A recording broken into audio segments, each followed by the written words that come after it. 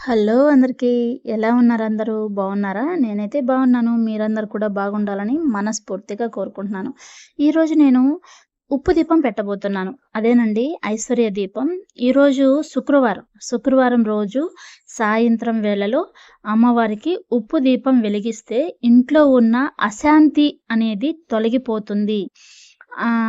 ఇంట్లో ఉన్న negative energy అనేది అంతా బయటికి వెళ్ళిపోతుంది. ఇంట్లో ఏవైనా గొడవలున్నా, పిల్లలు మాట వినకపోయినా, సంపాదన నిలబడకపోయినా, అనారోగ్యాలు చేసినా, ఇలాంటి సందర్భాలలో మనం ఇలా ఉప్పు దీపం వెలిగించుకుంటే అంతా మంచి జరుగుతుంది. ఎంతో మేలు జరుగుతుంది. ఇలాంటి పాజిటివ్ అనేది నేను ఎన్నో సార్లు విన్నానండి. ఎంతోమంది ఉప్పు దీపం పెట్టారు. కాబట్టి వాళ్ళు పెట్టారన్న ఉద్దేశంతో నేను పెట్టడం లేదు.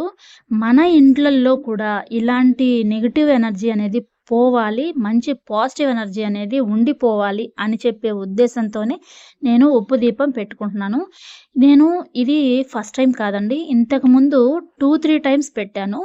ఇది మళ్ళీ ఇప్పుడు పెట్టుకోవాలి అని అనుకున్నప్పుడు నాకు వాయిదాలు పడిపోతా ఉన్నింది. అది ఎందుకు, ఏమిటి అనేది నేనిప్పుడు చెప్తాను. మనం ఫస్ట్ టైం ఉప్పు దీపం పెట్టాలి అని అనుకుంటాం కదా! అలా అనుకున్నప్పుడు ఆ విషయం ఇంట్లో వాళ్ళకి కానివ్వండి, బయట వాళ్ళకి కానివ్వండి, ఇలా ఎవ్వరికీ చెప్పకూడదంట. ఐశ్వర్య దీపం కదా! నిలబడదు అనే ఉద్దేశం అనేది ఒకటి నానుడి ఉంది. కాబట్టి ఎవ్వరికీ చెప్పకుండా మనం ఐశ్వర్య దీపం పెట్టుకోవాలి.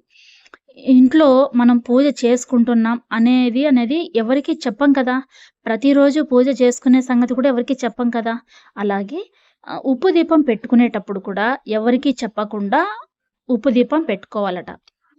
అయితే నేనిక్కడ చేసిన తప్పేంటి అనంటే, ఉప్పు దీపం పెట్టుకోవాలి అనుకున్నప్పుడు నేను ఇంట్లో వాళ్ళకి ముందు 2, 3 రోజుల ముందే చెప్పుకుంటూ వస్తున్నాననమాట. నేను శుక్రవారం రోజు ఇలా చేసుకోవాలి. నన్ను ఎవరు డిస్టర్బ్ చేయొద్దు. నాకు ఒక అరగంట, గంట పైన పడుతుంది పూజ చేసుకోవటానికి. ఆ టైంలో నన్ను ఎవరు డిస్టర్బ్ చేయొద్దు అని చెప్పి నేను ఇంట్లో వాళ్ళకి ఇలా చెప్పుకుంటూ వచ్చాను.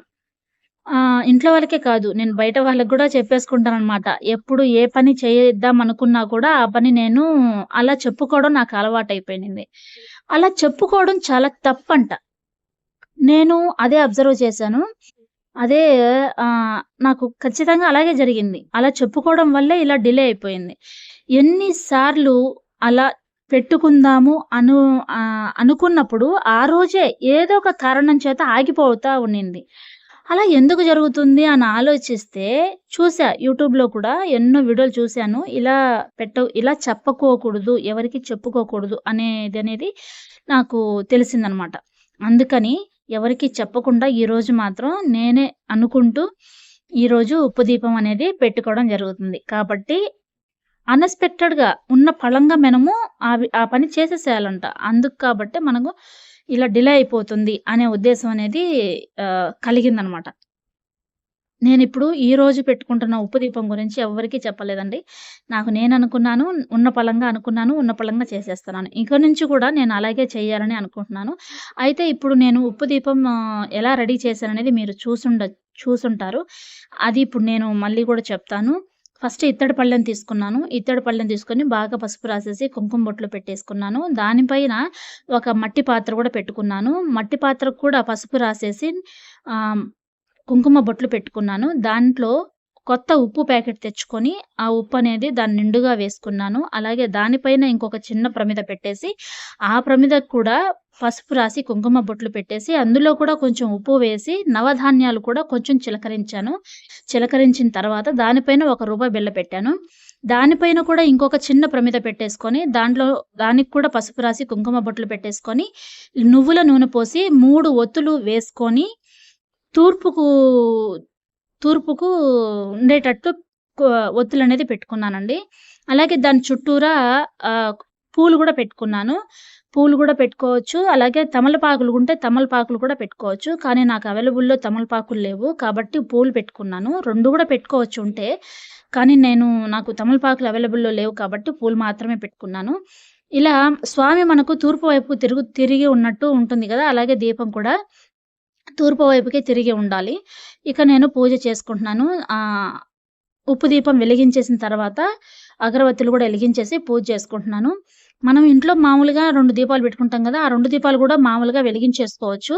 ఉప్పు దీపం అనేది సింగిల్ దీపం కాబట్టి, ఆ సింగిల్ దీపం ఒక్కటే వెలిగించి ఉండకూడదు. మనం రోజు చేసుకునే దీపాలు కూడా వెలిగించుకొని ఉండాలి. అలా చేసుకున్న తర్వాత నేను సంకటనాశన గణేష స్తోత్రం అనేది ఉంటుంది. లలితా సహస్రనామం బుక్కులో ఉంటుంది. ఆ బుక్కులో స్వామివారిది సంకటనాశన గణేష స్తోత్రం చదువుకుంటున్నాను. దాని తర్వాత అమ్మవారిది లలితా సహస్రనామ బుక్కులో అమ్మవారిది మణిద్వీప వర్ణన అనే ఇది గూడా ఉంటుంది. మణిద్వీప వర్ణన గూడా చదువుకుంటున్నాను. సహస్రనామం కూడా చదువుకోవచ్చు. లలిత సహస్రనామం గూడా బాగా మంచిగా చదువుకోవచ్చు. కానీ నేను అమ్మవారిది మణిద్వీప వర్ణన చదువుకుంటున్నాను. ఈ 2 చదువుకొని పూజ ముగించేస్తాను. అయితే ఇప్పుడు నేను చేసిన పూజలో ఏమైనా పొరపాట్లు ఉంటే, ఏమైనా తప్పుగా చేసుంటే, తప్పుగా చెప్పి ఉంటే నన్ను క్షమించండి. అలాగే నేనేమైనా పొరపాటు చేసి ఉంటే నాకు కామెంట్ చేయండి. నెక్స్ట్ టైమ్ అలా చేయకుండా నేను జాగ్రత్త పడతాను. ఇంకా బెటర్‌గా చేసుకునేలాగా చూసుకుంటాను. ఎందుకు అనంటే చేసేటప్పుడు కొన్ని విషయాలు నేను మర్చిపోతాను. కాబట్టి అందుకని మీకు చెప్పుకుంటున్నాను. ఏమైనా నేను తప్పులు చేసుంటే నన్ను క్షమించండి. అలాగే ఏమన్నా మర్చిపోయి ఉంటే నాకు గుర్తు చేయండి. కామెంట్ చేయండి. నెక్స్ట్ టైమ్ అలా మంచిగా జాగ్రత్త పడతాను. మంచిగా పూజ చేసుకునేలాగా చూసుకుంటాను. అలాగే ఇంకొన్ని విషయాలు ఈ దీపం గురించి ఇంకొన్ని విషయాలు నేను నెక్స్ట్ టైమ్ చెప్తాను. ఎందుకు అనంటే, ఆ విషయాలన్నీ మనం తెలుసుకోవాలి. ఎప్పుడైతే మనం పూర్తి విషయాలు తెలుసుకుంటామో, అప్పుడే పూర్తిగా మనం పూజ చేసుకున్న ఫలితం అనేది మనకు దక్కుతుంది. మనం పూజ చేసుకున్న ప్రతిసారి అమ్మవారిది అష్టోత్తరం కానివ్వండి, సహస్రనామం కానివ్వండి, అమ్మవారి పాటలు ఇంకేదైనా చదువుకున్నా ఒక ఫీలింగ్ అనేది వచ్చేస్తుంది. మనశ్శాంతిగా, ప్రశాంతంగా ఇలాంటి ఫీలింగ్స్ అనేది వస్తూ ఉంటుంది. ఒక పూజ చేసుకున్న వైబ్ అనేది మనకు ముందు నుంచే కలగాలి. అలా కలగాలి అనంటే మనం ముందు నుంచి చేస్తున్న పూజ కూడా కంప్లీట్‌గా మనము మన ఆధీనంలో ఉంచుకోవాలి. Thank you.